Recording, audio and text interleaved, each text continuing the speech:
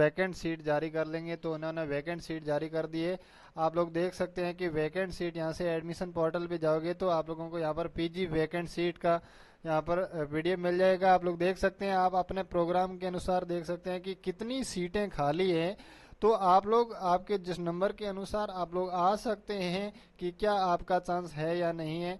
ज़्यादा अगर आपका नंबर कम है तो देखो कम चांस होगा, और ज़्यादा सीटें खाली है तो आप लोगों को ज़्यादा चांस है। जैसे यहाँ पर आप लोग देख सकते हैं, देखो यहाँ C1 और C2 दिया हुआ है। C1 का मतलब होता है कि आप लोग नॉन BHU वाले हो, और C2 मतलब आप BHU जे के जो पुराने स्टूडेंट हैं उन्हीं की बात कर रहे हैं ये लोग। ठीक है, जैसे C1 EWS यहाँ पर 24 सीटें खाली है डिपार्टमेंट ऑफ लॉ की। ठीक है, तो यहाँ पर इतनी सारी सीटें खाली है, और भी आप अपने डिपार्टमेंट के अनुसार देख सकते हैं कितनी सीटें खाली है। मैं जैसे यहाँ पर केमिस्ट्री डिपार्टमेंट की बात करने वाला हूँ कि केमिस्ट्री में कितनी सीटें खाली है। ठीक है दोस्तों, यहाँ देख लीजिए काफ़ी सारे प्रोग्राम में खाली नहीं है, और कुछ कुछ में खाली है। ठीक है,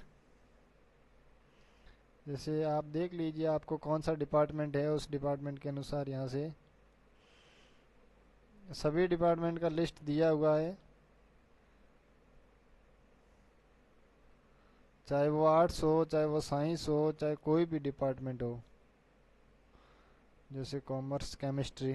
ठीक है, यहाँ पर केमिस्ट्री का दिया हुआ है, तो केमिस्ट्री का यहाँ पर पेड सीट दिया हुआ है और यहाँ पर रेगुलर सीट दिया हुआ है। पेड सीट का तो यहाँ पर केवल एक दो तीन तीन सीटें खाली है, बट रेगुलर के अंदर काफ़ी सीटें खाली है। ठीक है, अब यहाँ पर देखो ये जो लाइन थी ये C1 EWS की थी, उसके अंदर 14 सीटें खाली है, और बाकी वाली यहाँ देख लीजिए जैसे आपकी जो कैटेगरी है उसके अनुसार यहाँ पर 5 सीटें खाली है। तो ये जो ऊपर से देखना पड़ेगा कि कौन सा कहाँ पर आ रहा है। ठीक है,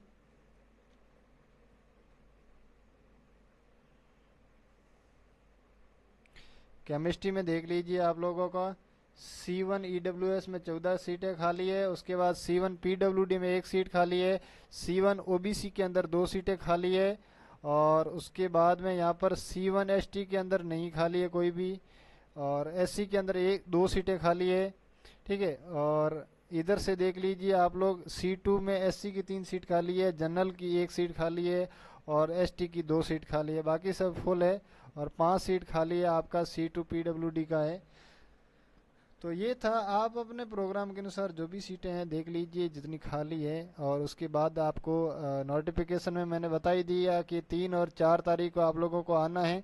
3 और 4 तारीख के बीच में आप लोगों को फॉर्म भरना है, फॉर्म भर के सबमिट करना है, और 5 या 6 या 7 तक आपका रिजल्ट आ जाएगा। फिर 24 घंटे के अंदर अंदर आपको फीस पे करनी है, और फीस पे करने के बाद आप लोगों को सीट है वो सिक्योर हो जाएगा।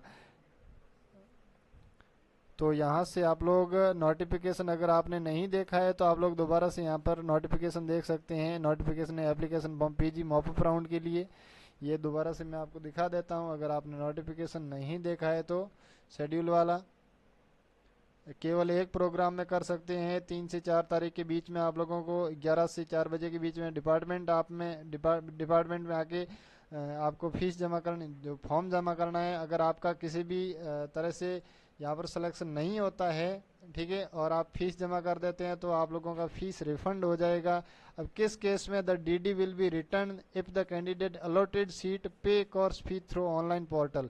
अगर आप ऑनलाइन पोर्टल से फीस भर देते हैं और डीडी भी जमा कर देते हैं तो आपका डीडी रिटर्न हो जाएगा। ठीक है, और DD will be return if candidate not allotted any seat, कोई भी सीट अलॉटेड नहीं होती है तो। If candidate allotted seat this fails to pay, अगर आप पे करने में अगर फेल हो रहे हैं तब। ठीक है, तो इस तरह से यहाँ पर कुछ चीज़ें दी हुई है, और यहाँ पर प्रेफरेंस वगैरह आपका मेरिट लिस्ट के अनुसार रहेगा। जो आप मेरिट लिस्ट भरोगे और केवल एक डिपार्टमेंट पे ही भर सकते हैं। बाकी शेड्यूल यहाँ पर दिया हुआ है, मैंने बताया यही वाला शेड्यूल है, और फॉर्म यहाँ पर दिया है। इस फॉर्म को भर के आप लोगों को 4 तारीख को, 3 या 4 तारीख को जमा करना है। ठीक है दोस्तों, तो हमारा वीडियो देखने के लिए आपका बहुत बहुत धन्यवाद। अगर सही लगे तो आप लोग लाइक एंड सब्सक्राइब जरूर कीजिएगा।